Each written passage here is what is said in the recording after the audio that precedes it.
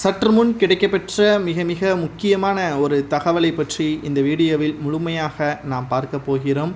விஜய் அவர்கள் பாசிசம் மற்றும் பாயாசம் என்று வார்த்தையை பயன்படுத்தியதற்காக ஆளும் கட்சியான திராவிட முன்னேற்றக் கழகம் மற்றும் அதன் கூட்டணி கட்சிகள் கடுமையாக விமர்சனத்தை விஜய் அவர்களுக்கு முன்வைத்து வருகிறார்கள்.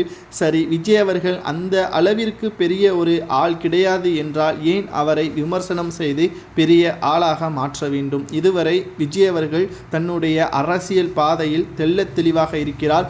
உங்களை நம்பி அரசியலில் இறங்கவில்லை, மக்களை நம்பிதான் விஜய் அவர்கள் அரசியலில் இறங்கியிருக்கிறார் என்பதை இந்த வீடியோ மூலமாக நாம் முதலில் தெளிவுபடுத்த வேண்டும்.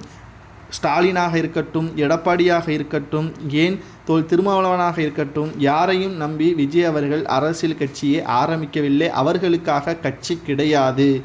சொல்லப்போனால் மக்களுக்காகவும் மக்களின் வளர்ச்சிக்காகவும் மட்டும்தான் இந்த கட்சியை தொடங்கியிருக்கிறார். அவர் முதலாவது மாநாட்டிலேயே கூறிவிட்டார், 10ஓடு 1ஆக 11ஆக இந்த கட்சியை நான் ஆரம்பிக்கவில்லை, தனித்துவமாக மக்களின் வளர்ச்சிக்காக ஆளும் கட்சியாக வர வேண்டும் என்பதற்காக மட்டும்தான் இந்த கட்சி தொடங்கப்பட்டுள்ளது. தற்பொழுது திமுகவின் கூட்டணியில் இருக்கக்கூடியவர்கள் திமுக விலக்கிவிட்டால் அடுத்து அவர்களுக்கு பணம் இல்லாமல் கட்சியை வழிநடத்த முடியாது என்ற அச்சத்தின் காரணமாகத்தான் அட்டை போல் திமுகவுடன் ஒட்டி கொண்டிருக்கிறது வைகோ உட்பட அனைவரையும் நாம் கூறலாம்.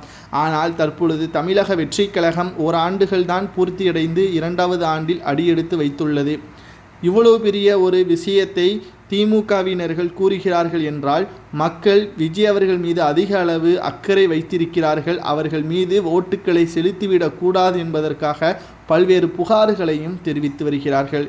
இதுவும் ஒரு பக்கம் விஜய் அவர்களுக்கு பாசிட்டிவான ஒரு தகவலாகத்தான் மாறும். காரணம், விஜய் அவர்கள் ஒரு மேடையில் ஏறினால் அந்த வசனம் 3 நாட்கள் தமிழகம் முழுவதும் பரவ தொடங்கும். இதுவே விஜய் அவர்களுக்கு கிடைத்த மிகப்பெரிய ஒரு வெற்றியாகத்தான் அவர் பார்க்கிறார். சரி, விஜய் அவர்களது நோக்கம்தான் என்ன? 2026 சட்டமன்ற தேர்தலில் கூட்டணி வைப்பது உண்மைதான். தனது தலைமையின் கீழ் எந்த ஒரு கட்சி வந்தாலும் நிச்சயமாக நாங்கள் அதை வரவேற்போம். நாங்கள் எந்த ஒரு தலைமையை ஏற்றும் கூட்டணிக்கு செல்லுவது கிடையாது. எடப்பாடி 3 முறை தூது அனுப்பினார். அவர்களிடமும் இதைத்தான் எடப்பாடி பழனிசாமி அவர்களிடம் கடைசியாக விஜய் அவர்கள் தெரிவித்து விட்டார்.